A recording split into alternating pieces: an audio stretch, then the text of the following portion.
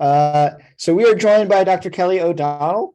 I'll share a little bit of her bio, and then Kelley, I'll just pass it over to you just to kick it off and fill in any blanks that I left. So Kelley is a board-certified psychiatrist and an assistant professor of psychiatry at the NYU Grossman School of Medicine, where she is the director of therapist training at the NYU Langone Center for Psychedelic Medicine. She has extensive experience as a psychedelic therapist working with psilocybin, MDMA, and ketamine, and is involved in various initiatives to advance psychedelic education among medical professionals and trainees. In addition to her work at NYU, she is on the faculty of the psychedelic therapy training programs at the Integrative Psychiatry Institute and the Polaris Insight Center, and is an assistant trainer in the MDMA therapist training program at MAPS PBC. Great. So Kelley, I'll turn it over to you if you have anything to add, or you just want to jump right in, go ahead. No, that's plenty, Dan. Thank you. Thank you all so much for having me and for being here. It's always a pleasure to talk with people who are interested in things like that. I think it makes them kind of more fundamentally interesting than many people. So thanks for being here, and thanks for giving me the opportunity to talk about this. Is this, Dan, am I right? Is this your last talk of the kind of season? Okay. Yes. Okay, so I'm sure that I will say some things that some of you have heard already. I apologize if there's a lot of redundancy, but I've tried to kind of keep that low as much as possible, and we'll kind of race through some background slides. But also, since that's the case, you're welcome to ask me any questions about any of these things. Since I have experience with at least those three different medicines, I'm happy to talk about similarities and differences or anything like that as it comes up. So please interrupt me along the way. I get bored and self-conscious about hearing myself talk. So yes, I appreciate being interrupted. With that, let me just get started. And you said I could share my screen. Let's see.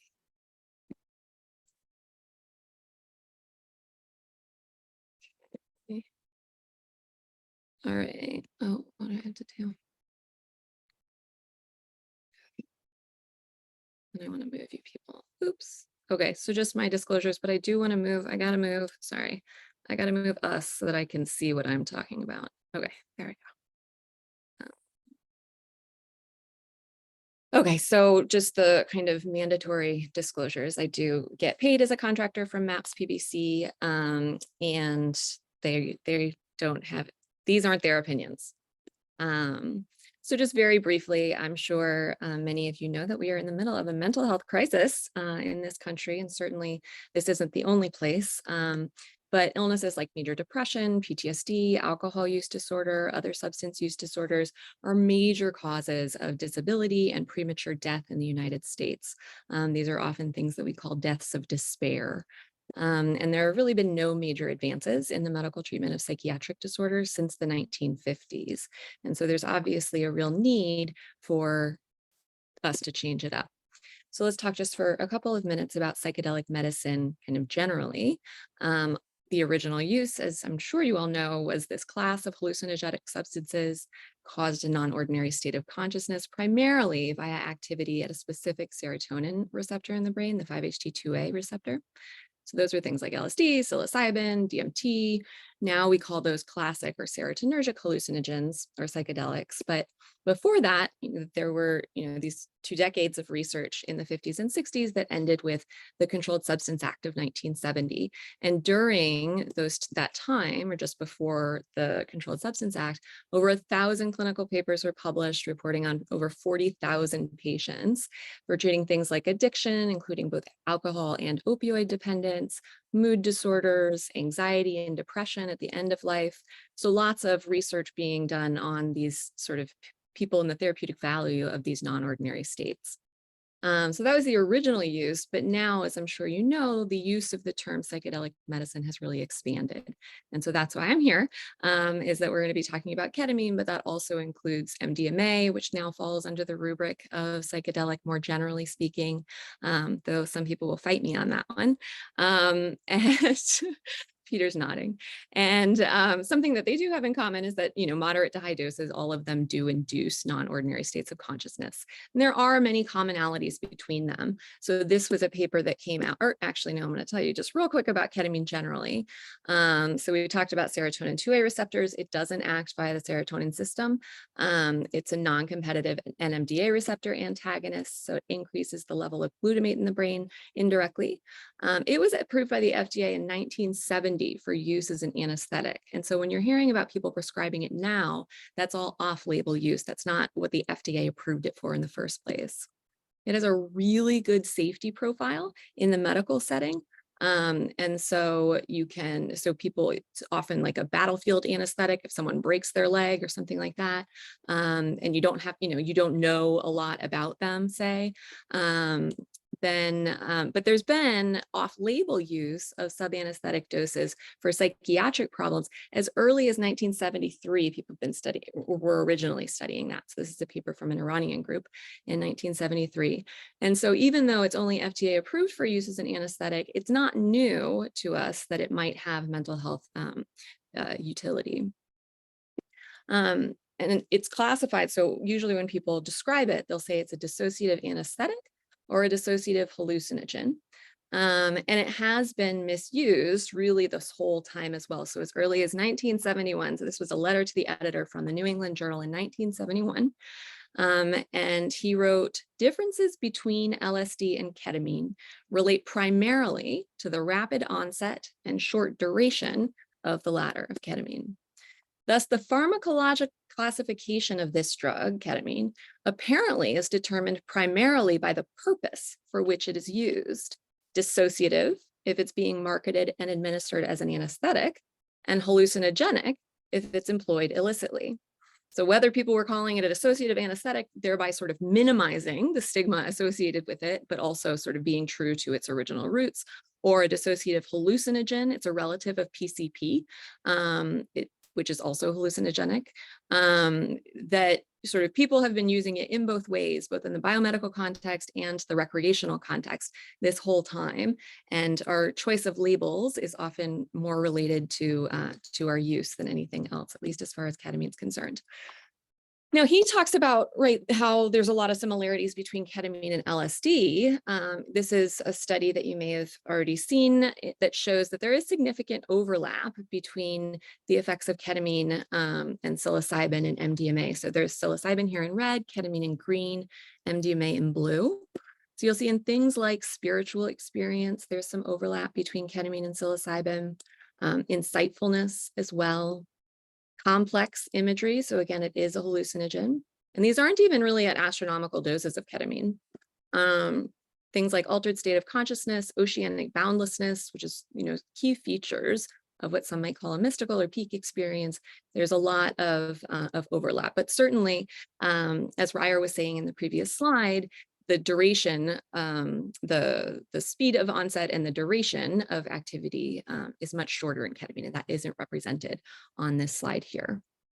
So a lot of overlap, but there is a prominent difference in the level of dissociation. So that's what's called, so that's what's marked here as disembodiment, and then also impaired cognition and control. And so you really, you don't want to be driving on or shortly after using ketamine.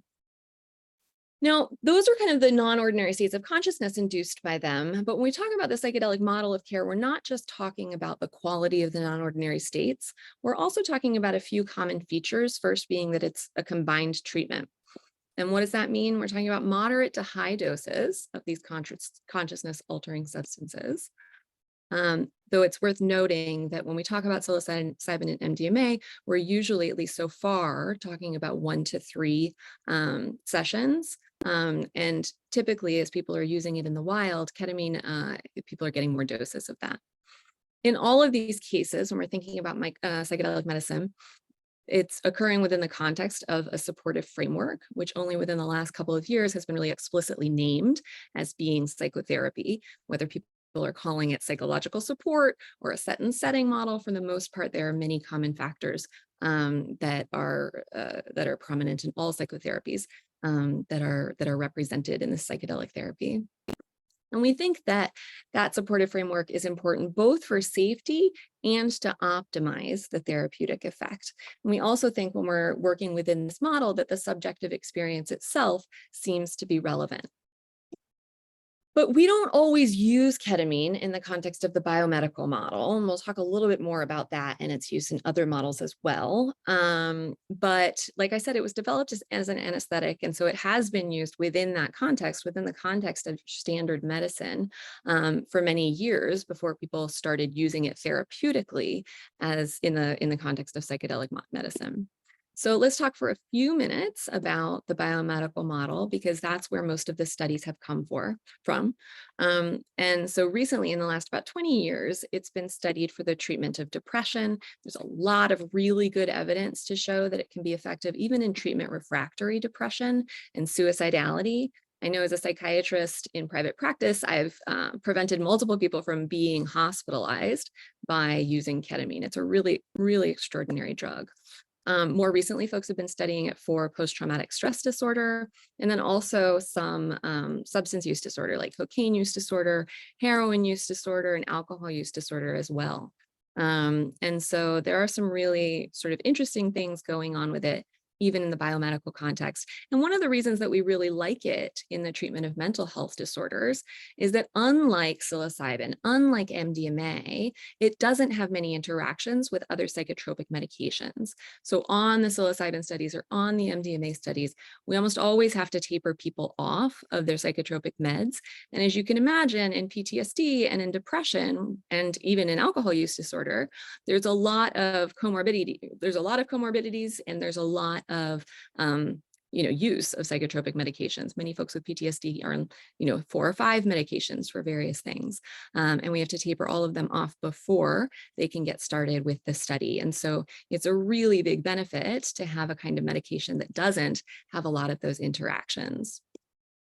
Now, when we're using ketamine in the context of the biomedical model, it's a very clinical setting, often with close medical monitoring. So that could be things like, continuous cardiac monitoring, frequent blood pressure monitoring, and the dose that's being used there is usually pretty low. And the point there is that the dissociative effects, what we might call the psychedelic effects, are considered adverse events within the context of the biomedical model. And so when these protocols were developed to treat mental health disorders within the context of that model, the idea was, let's start low and kind of go slow, such that we minimize these adverse effects of, that I described on that psilocybin and MDMA slide. And it's worth noting that ketamine itself is really cheap, but infusions are not really cheap. There is no model of ketamine at this point where ketamine is cheap. So when you're doing it within the context of the biomedical model, you're not paying for the drug, you're paying for the nurses and doctors and the cardiac monitoring and things like that. So all of those more medically oriented aspects, which is why infusions at an infusion center really aren't cheap. So that's the biomedical model. That's not what we're here to talk about. We're here to talk about other models of ketamine use. And so there are 2. I'm going to talk briefly about each of them. There is what we call the relational model and the psychedelic model. And the 2 of them fall under the rubric of ketamine-assisted psychotherapy. So in this picture here, these aren't totally arbitrary drawings. So the line is representing psychotherapy. The circle is representing sort of the relative dose of the drug. And so in the biomedical model, we're talking about a relatively low dose of ketamine. And whether or not there's psychotherapy, it sort of depends on the study, it depends on the practitioner, but it's not integrated into the ketamine treatment itself. When we're talking about ketamine-assisted psychotherapy, though, that's different. So there are 2 different models. The relational models I'll talk about, it's smaller doses usually that we're talking about. That's why the psychedelic model one here has a big circle. In both cases, they have psychotherapy before and after. And the psychedelic model, as you'll see, kind of depends on the dosing, whether you can have psychotherapy during the acute session.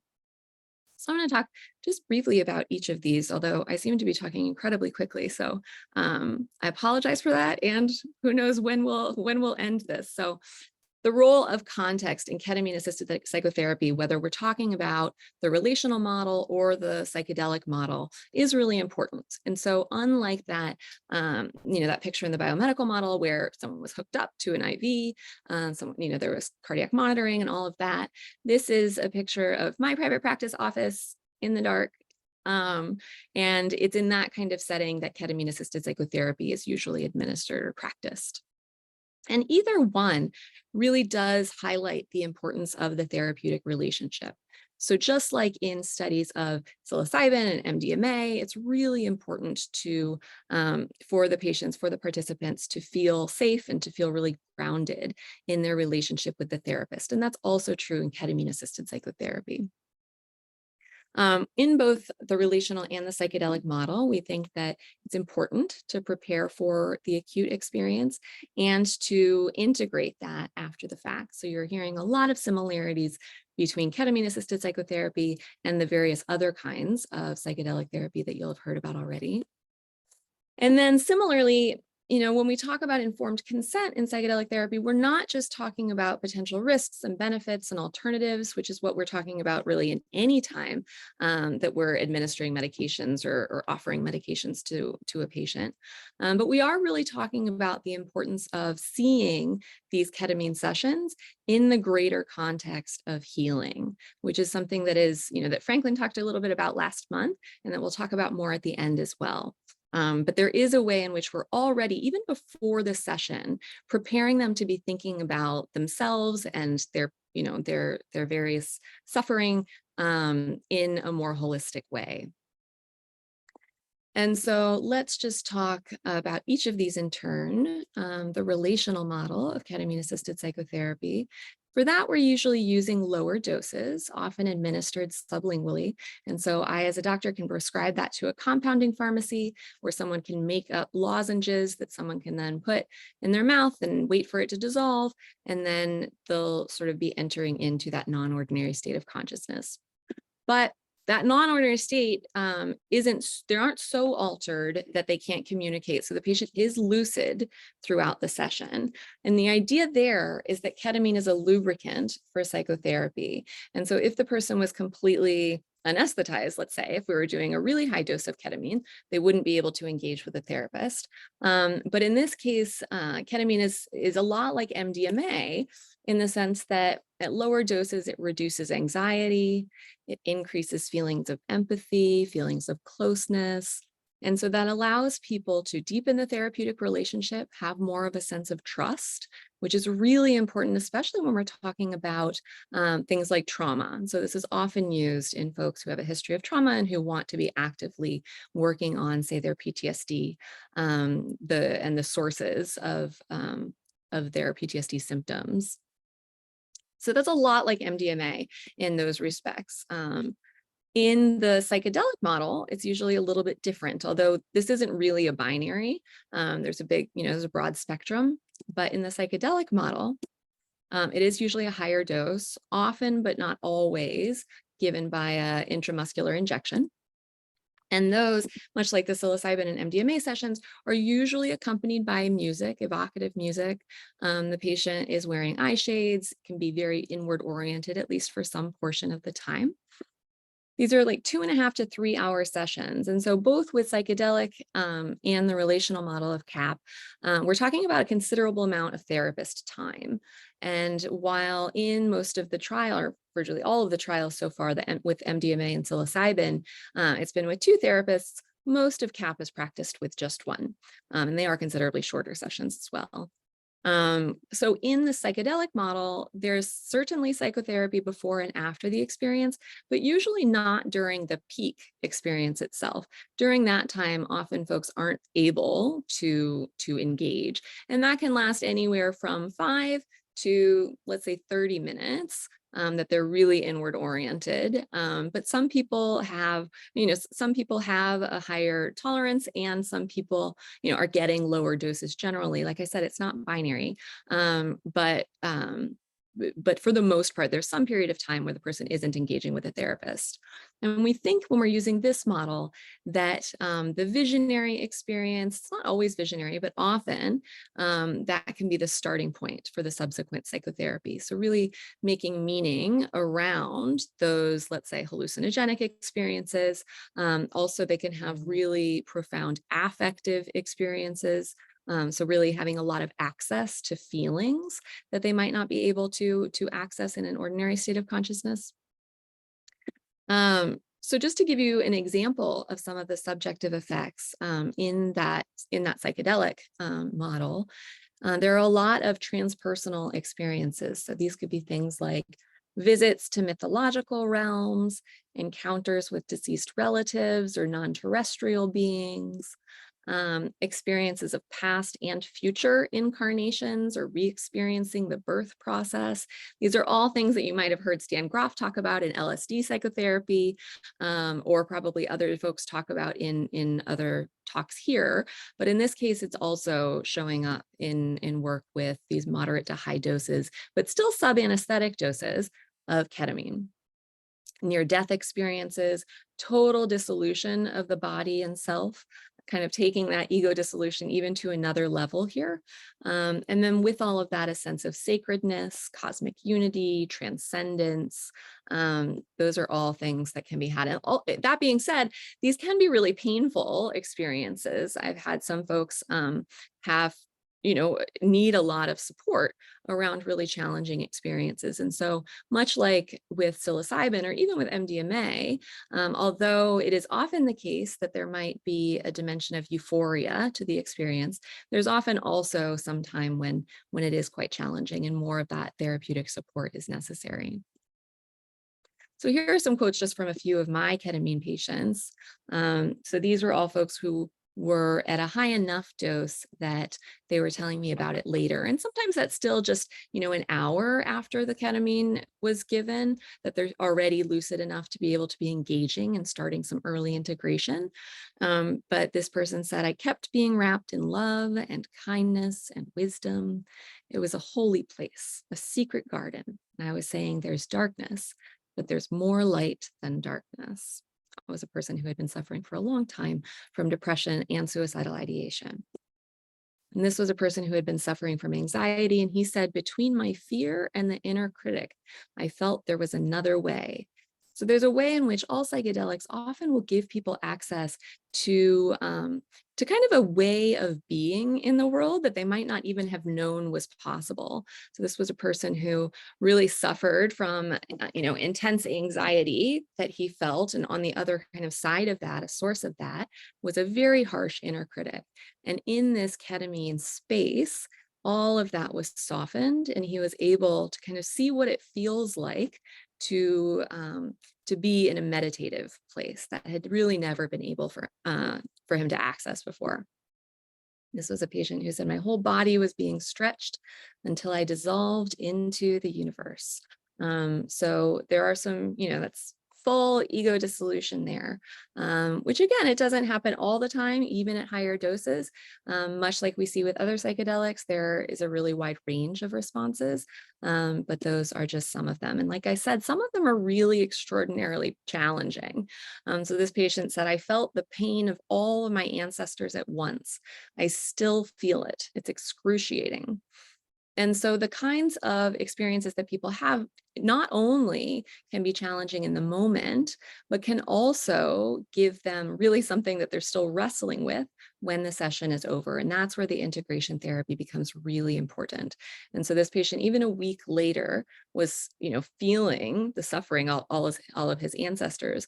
But by the following week, and he's been really outstanding about integration. By the following week, he was saying that really having known what the source of that suffering was and really having made contact with the fact that it really was this transgenerational issue allowed him to understand it and understand himself in a way that felt very liberating. And so really being able to make meaning from that suffering was really important to him and really powerful to share with him. So just to kind of summarize some of the differences between the relational and the psychedelic models of CAP, dosing and route of administration are often different between them.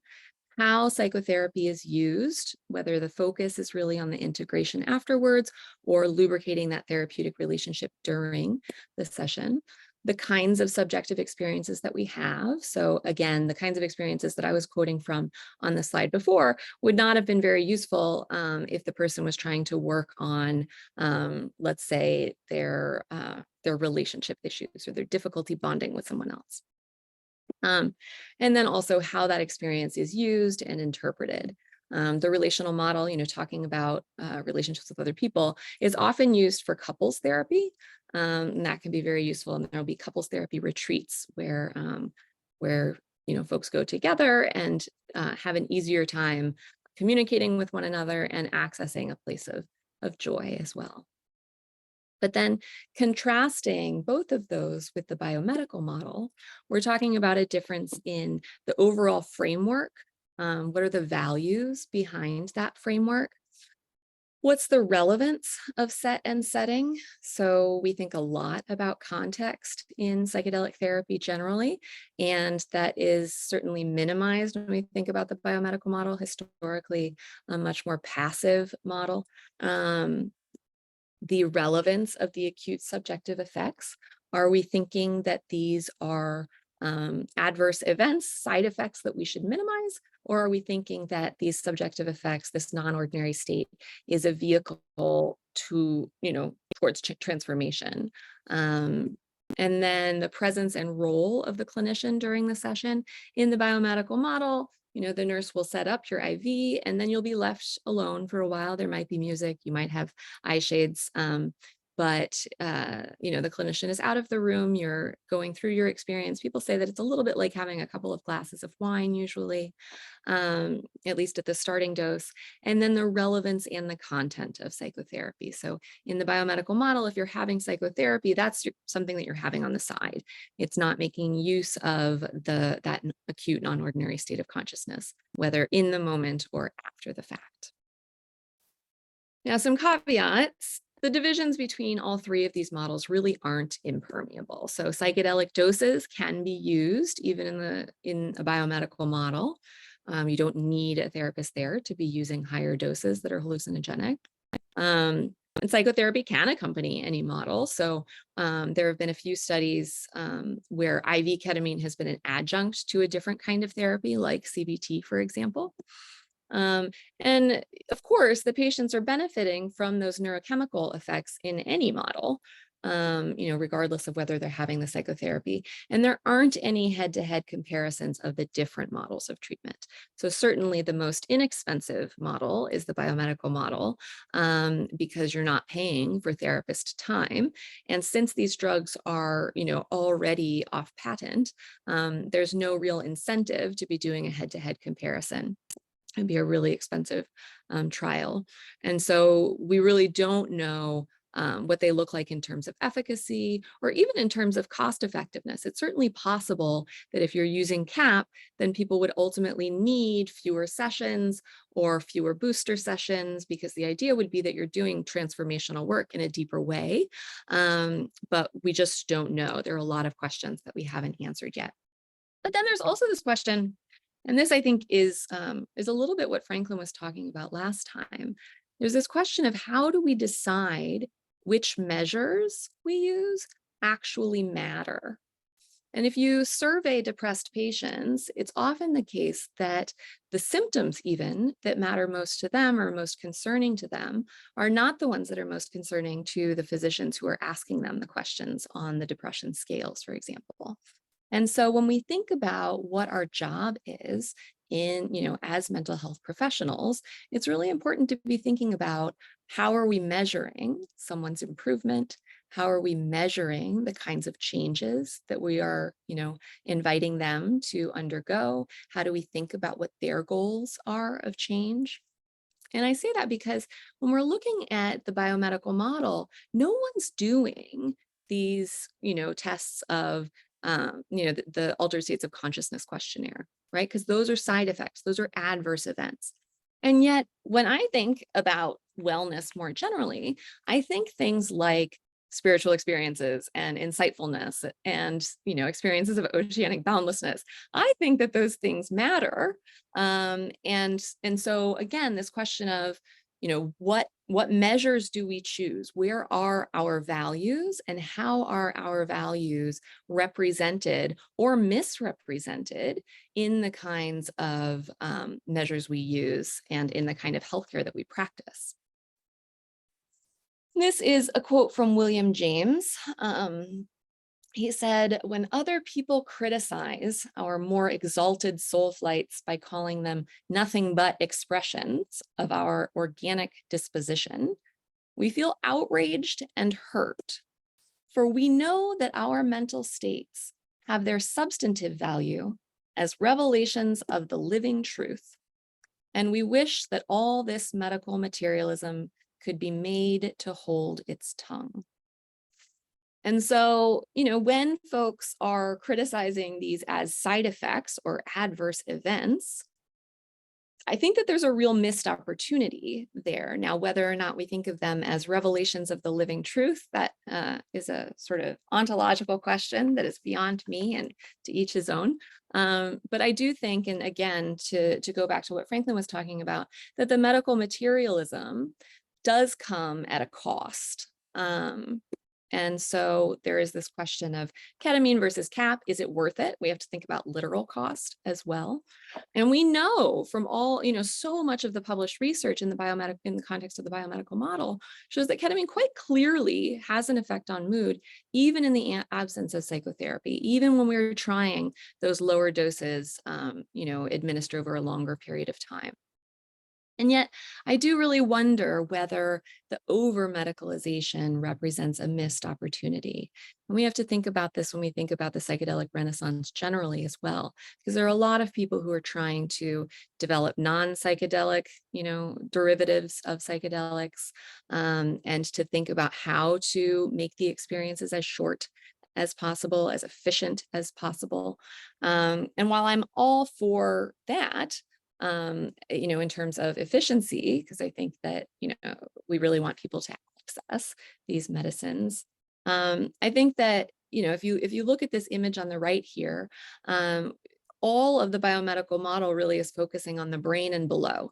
At best, we're thinking about the peripheral nervous system, but often not even that. A lot of doctors, a lot of mental health practitioners aren't asking their patients about their real embodied experience, which is, I think, really problematic. We certainly know that it's problematic in the treatment of trauma, say, to totally ignore the bodily response. But I like to think not only in terms of disease or illness, but also in terms of flourishing, right? Not just in terms of deficits, but also in terms of growth. And the biomedical model kind of fundamentally ignores the flowering here, something that I think we all hope to do, to flourish, to flower over the course of our lives. And so I think that the differences between the deficit model and the growth model are things that this more holistic approach can help us to move beyond, and to a more holistic theory of care. What does it mean to care? The words cure and care are etymologically related, and I think that we have gone pretty far in separating them out at this point. Through really the medicalization of a lot of psychological and psychospiritual suffering. That being said, it is expensive, and it takes a lot of expertise to be practicing in this way, to be providing care, right?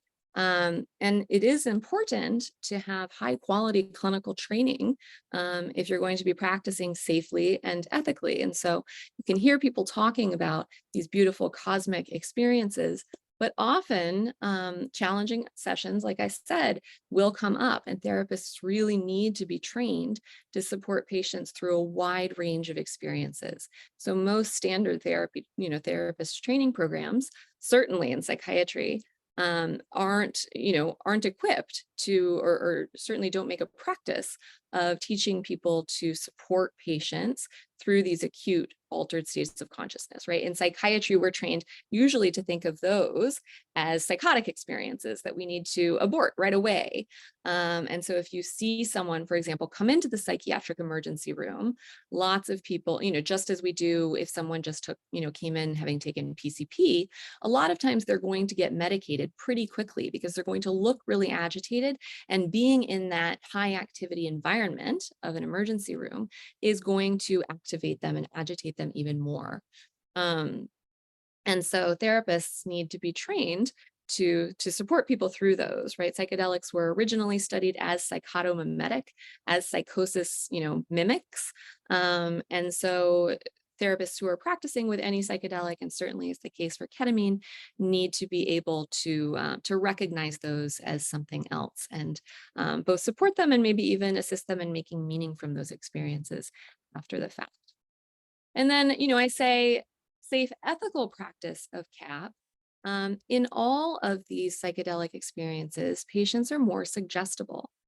That means that they're in sort of a hypnotic state. And so they're more vulnerable both during and after the dosing. And so you'll often hear, of these kind of psychedelic guru types, I think, who are taking advantage of that. And so when we're thinking about how to train therapists to practice safely and to practice ethically, we want to be looking for folks who are not looking for disciples, right? They're not looking to become gurus, because there really is a risk of ego inflation, right? It might be ego dissolution for the patients, but certainly ego inflation among therapists is not uncommon, because people who use all of these substances will often say, oh my goodness, you changed my life. Everything is different now. There can be a real tendency to idealize the therapist. And I think that unless we're training therapists to watch out for that and be thoughtful and measured about, how much of that they receive and hold on to, then I think patients are going to be at risk. And so, there's this question: is all of this really a portal into transformation, or is it a lot of hype? And this was an article in Nature, I think it was a couple of years back, in which they quoted Rob Malenka, who is, I think he's still at Stanford, but a physician scientist there who, as far as I know, at least, hasn't been working with psychedelics. But he said that psychedelics have the potential to be a part of our tool set for treating patients. I don't think that they're going to be miracle cures. And I have to say that I agree with that. Peter, I think you would agree with that. I really don't think that anybody who is working with these medicines, whether it's ketamine, psilocybin, or MDMA, really thinks that these are going to be miracle cures, even though they are often represented in the press that way. I think something that's underrepresented in the press often is just how much the therapist is involved and how important that therapeutic relationship is. So if instead of the therapist being idealized, it's the medicine being idealized, then really we're talking about it still in a more biomedically oriented model. And I think that's where a lot of the hype comes from. It's like, I can go to NYU for a weekend and cure my alcohol use disorder with a couple of doses of psilocybin. It's absolutely not how this actually works in practice. So just a few more things to say about ketamine. There's a reason that people use it recreationally, and they do, many of which I've already given you. I don't know if you may have seen this already. This is a representation of harm to users and harm to others of various drugs. This was done by a British group back in 2010. And I do suspect that some of the numbers would be quite different now. But mushrooms are at the very lowest end, LSD just a little bit farther, and MDMA or ecstasy just a little bit farther. We do know that people use that more recreationally, like in dance club settings, say. And ketamine is further along, so a higher misuse potential, higher risk of harm to users and others. Others would be things like, getting into a car accident or something like that. And yet here's alcohol, right? So the cumulative risk of harm to oneself and to others is much, much higher for alcohol than it is for ketamine, and certainly than ketamine is from any of the other psychedelics you'll have probably been talking about in this seminar. That said, Ketamine can be misused, abused, and we know something about some of its long-term effects by studying folks who have used a lot of ketamine in their time. And so besides tolerance, and certainly they develop tolerance over time, people I know who come into the hospital with ketamine-related medical issues often are using like 10 times the amount that I'm giving in 10 times the amount every 1 to 3 days that I'm giving to my patients in a couple of times a week, once a week, over the course of a few months. They can include cognitive problems. They can develop baseline depressive symptoms. And so I think a lot of people start to use ketamine recreationally in part because they sort of discover that it has an antidepressant effect. But over time, with repeated use of high doses, it can cause your baseline to increase. It can cause bladder dysfunction. I've certainly seen this in the emergency room. Abdominal pain can escalate to colitis, liver injury, cystitis. I said bladder dysfunction already, so sorry for the repeat here, but that can be mild just in terms of, peeing more frequently or having some pain, some burning with urination. But it can also be severe. People can form ulcers in the bladder lining that are extremely painful. And so with that, I will end and stop sharing my screen. And thank you all for having me. And I hope I didn't talk too fast or say too much. Hi, Lindsay. Yes. That was great. Thank you so much, Kelley. Thank you. So I think we'll just do questions popcorn style. If anyone's just got one, you can just unmute and just shout it out. I really want to today. Hey, Kelley, I really enjoyed your talk very much. I liked also just the overall perspective that you take. Also, I think similar to Franklin's, holistic, talking about growth rather than deficit. I really appreciated all of those things. From the million questions that I could ask, I think the one that I want to ask is particularly when we talk about, because I feel like we didn't get too much into different indications for use, different patient populations might be more or less appropriate. If I think about, say, someone that has more of a background of complex trauma and at a baseline experiences dissociation, we call ketamine a dissociative hallucinogen, dissociative anesthetic. Maybe these dissociations are not the same thing, but how does something that seems to be dissociative from the present experience, dissociative from the body, which I think is very important in relational experiences. We even talk about love coming from the heart, colloquially. Isn't it a little bit paradoxical that this would work well for couples therapy, that it might work well for someone with a more dissociative presentation of their depression or their anxiety, perhaps on a background of CPTSD? I've had people ask me, why would you give a dissociative drug for someone who's experiencing dissociation? Can you speak to some of that? Yeah, I think those are great points that you're making. Thank you for the question. I think you're absolutely right. It is counterintuitive, certainly, that we would be using a dissociative psychedelic for a disorder that can potentially cause dissociation, like complex PTSD. And there is a lot of discussion about this in the kind of CAP community. What kind of doses are appropriate? What kind of additional support is needed? Usually when someone has PTSD, we're talking about lower doses, and we're talking about a kind of dissociation that they're choosing to participate in, right? Which is quite different from the quote unquote pathological dissociation. And I put it in quotation marks because it's obviously serving a purpose, but it is quite different from that kind of dissociation, which they're experiencing as a hallmark of their PTSD. And so I think that, in that sense, there's kind of an element of consent, psychological consent, in terms of thinking about, the human holistically. They're saying yes to this kind of experience. It's also qualitatively a bit different. And usually what's happening when someone's dissociating in PTSD is that something has, activated them, triggered them, because it reminds them, whether consciously or not, of their trauma, of their index trauma. And so, and that's quite different from these psychedelic experiences when kind of what's immediately preceding the dissociation is deep engagement in the therapeutic relationship. That being said, we really do think that that the psychotherapy part is important with these patient populations. Now, that being said, I don't actually remember if, so there's been a couple of studies of IV ketamine infusions, just straight biomedical model for PTSD. And I don't remember if they excluded folks with a dissociative subtype of PTSD. That would be interesting to know, because if so, then, the psychotherapy aspect might be less important.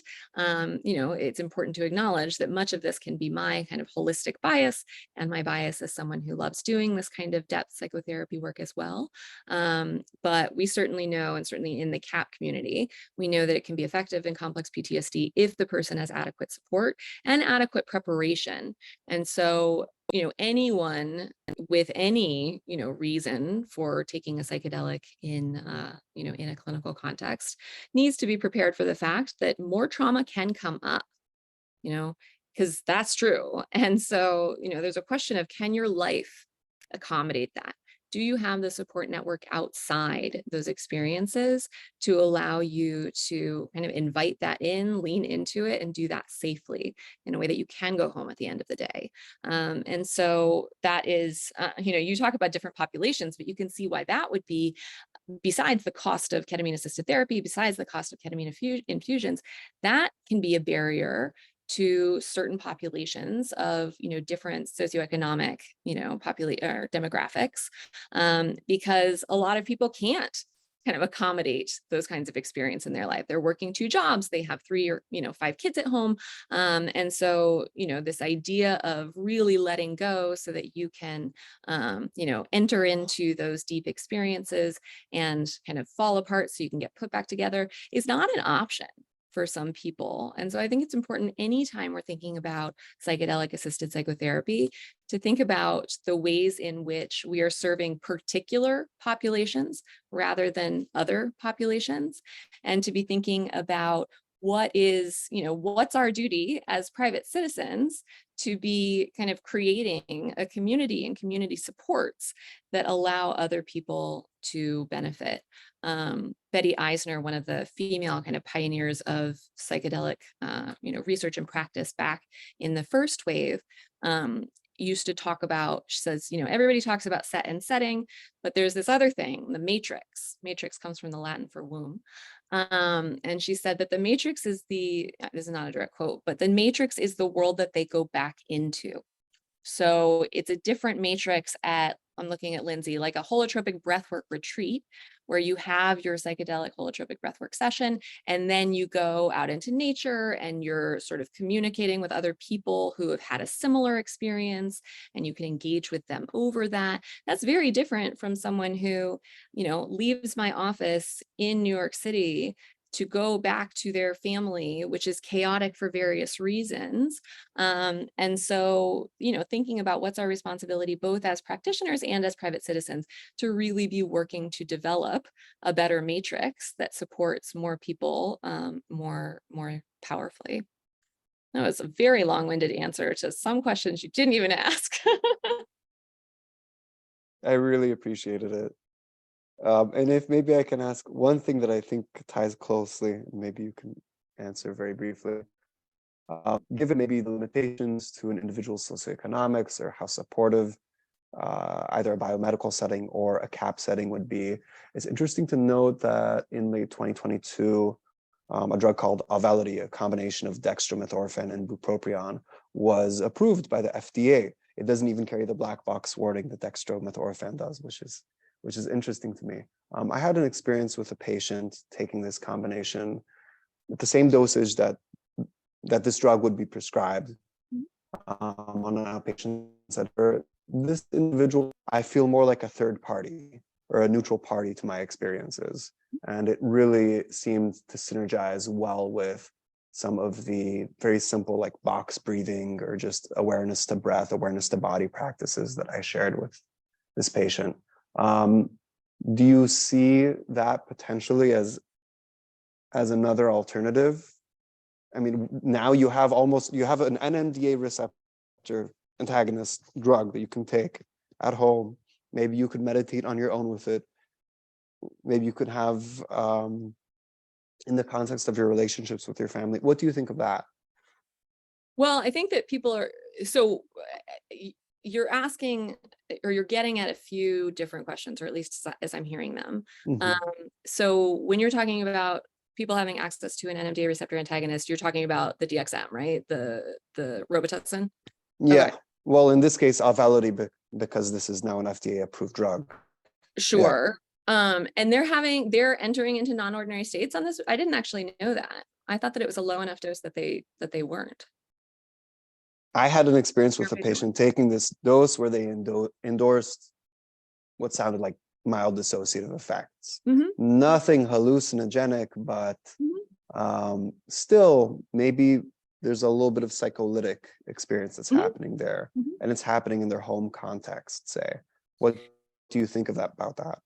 Yeah, it's very controversial. I'm sure that if you've read much about ketamine, you'll have read about kind of these companies that have developed ketamine, lozenges for at-home use. You talk to a clinician for a few minutes online, and then you'll, a few days later, get ketamine in a journal sent to your home. You can use these the medicines there.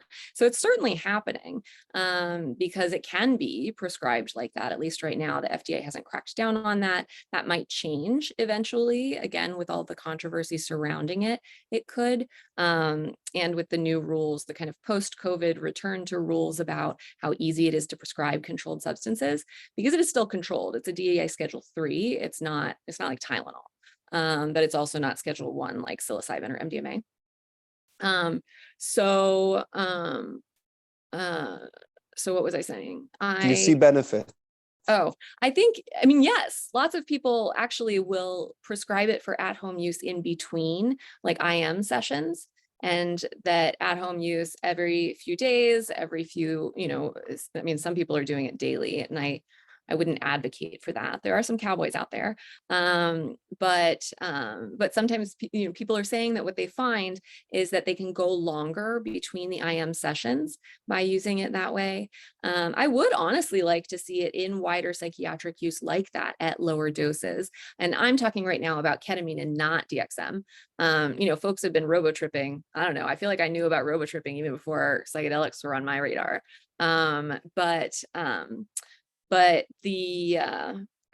I do think that there's, potential utility for both for at-home use, as long as it can be done safely. And I think the clinician really has to know the patient.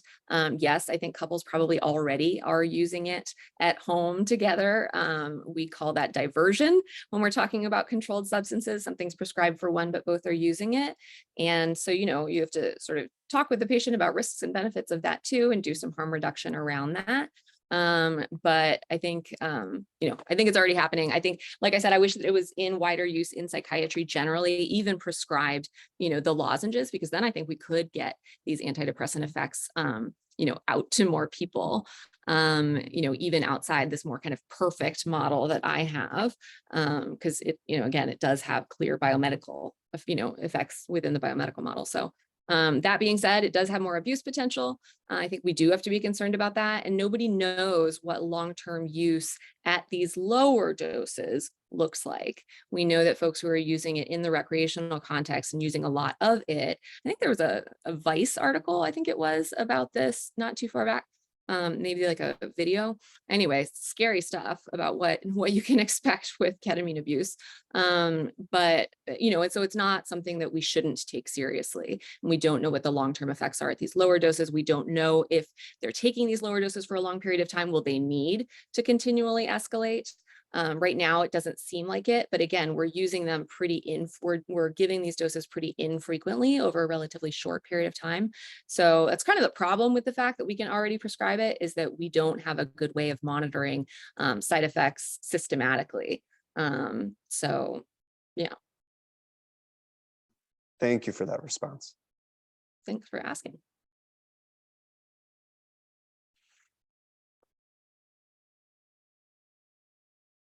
Anybody else? If not, I got a couple. Go for it, Dan. Well, can Okay. I jump in there? Because I have to go in Yeah. 2 minutes to talk to NIDA. So Woohoo! Kelley, lightning round. Okay, so what's really interesting is you're doing the research, but also your clinical practice has you sort of at the tip of the spear. And there are questions that many of us have that obviously there are no empirical answers to, but you might have some ideas yourself. I know that ketamine, as with psilocybin, is not effective with everybody. And so the question is, what you think might moderate the effectiveness of the outcome? I mean, it seems that what people do after the fact plays a large role. So if you could, like in a few words, describe what you think one should do afterwards to sort of maximize the benefit, what would that be? Yeah, it's a great question. And something that seems to overlap across these different psychedelics is this question of neuroplasticity, synaptic plasticity, increased potential for learning. And so I do think that how you populate your life in, the days to weeks after sessions is important, right? So if you are trying to cultivate the learning of new patterns, behavioral patterns, but really right down to the cellular level, if you're trying to cultivate those, then how are you doing that? How are you practicing that?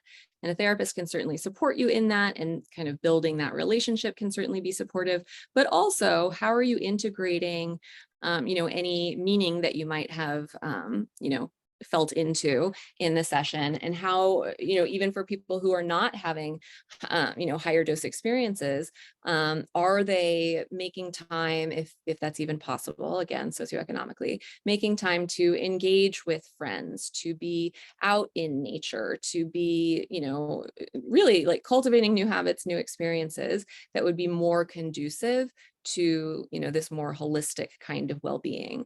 I think that matters. I'm sure that there's also a biological, component for all of these things, whether it's, some effect, like a difference in the glutamate system, or decreased, with psilocybin, like decreased 2A receptor density, things like that. I'm sure that all of those things also play a role, but certainly when it comes to this more kind of plastic state, or Gould Dolan will talk about, a return to a critical period of plasticity in the brain. I think it's sort of like, how you parent a child matters for the kind of adult they become. How you start, how you use this new reopening of that critical period like they had in development. How do you reparent yourself, so to speak, during that time?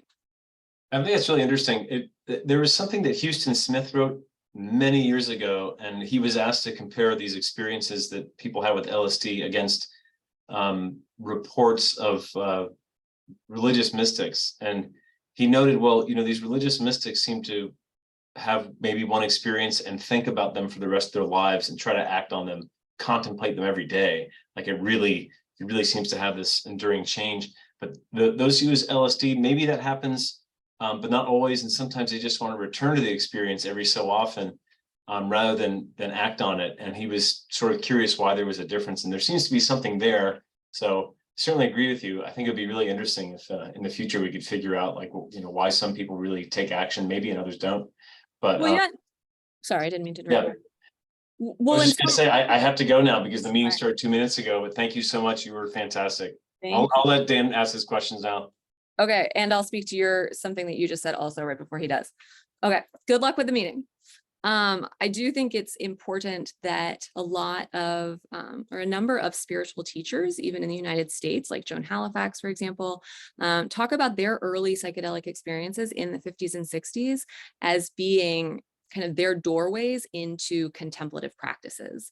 And so the idea would be, okay, psychedelics give me access to these states for a short period of time. How do I cultivate my life and my practice in a way that I have easier access to that without having to be in, a drug-induced, non-ordinary state? And so I think that, again, sort of what are the practices that we introduce into our lives, and how do we live those, live into those, live through those, I think is really, really important.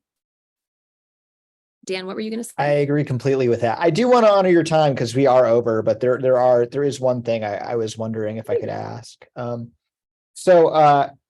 You touched on sort of the differences in these models, and ketamine is strange as a drug for many reasons, not just subjectively, but also because it kind of occupies like a very liminal space where it's like not quite in the biomedical model, not quite in the psychedelic model. And I don't know of any other drug that sort of is situated like that. I mean, we wouldn't imagine, hooking someone up to like a psilocin drip in like an IV infusion clinic with ketamine the way we do with ketamine.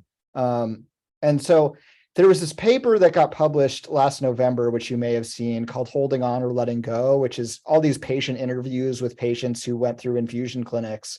And I found it pretty shocking, just like how bad some of their experiences were and just how little attention is paid to set and setting and preparation. And, the whole idea, as you mentioned, is like all of these subjective effects are kind of written off as side effects, which is like, ask the patient if they think that's a side effect. They will probably say no, So it sort of gets me thinking about like, if there is a place for like a role for like minimum psychological support as like a requirement in some of these clinics that, as you mentioned, like trauma can come up for people, you're hooked up to an IV and suddenly you're having a very scary experience and there's no one there to support you. There's no one there to help you frame that experience and move through it. I'm just wondering what you think about that. And if you think what it would look like for there to be like a minimum psychological support in place at these places. Sure. And I'm sure that at infusion clinics, like if someone is getting very agitated, then a nurse or someone will come in and kind of try to settle them down or push some Ativan through the IV, something like that. I mean, I know that happens. In fact, at some clinics, they routinely administer a benzodiazepine like Ativan or something like that before the ketamine in order to kind of settle them in. That obviously is someone who doesn't see the potential to use these challenging experiences as a way into something deeper. There can be a lot of what I'd think of as kind of spiritual bypassing with psychedelics, sort of always chasing the bliss and not making use of those darker experiences. But I do think, or I know that in infusion clinics, there's somebody that you can sort of cry out to in that moment. And I also know that even though we talk about the biomedical model, and all of these studies taking place within it, a lot of the patients in those studies, even if there was no attendant psychotherapy, like as part of the study, a lot of them had psychotherapists. A lot of these people with treatment refractory depression had psychotherapists. It's just the idea would be you can still enroll in this study because whatever psychotherapy you're doing isn't working enough to reduce your depression in a meaningful way. You still meet criteria for this. And so I'd be really interested to know, whether and how their ketamine experiences might have come up in their therapy sessions. And obviously, the folks who are leading those weren't doing those tests. But I've never heard of that paper. And so, Dan, if you could send that to me, that would be sure. Yeah, it's a really interesting one and definitely raised alarm for me just around what's happening in these clinics. I don't want to keep you too long because we are over time. But so maybe we'll just end it right here.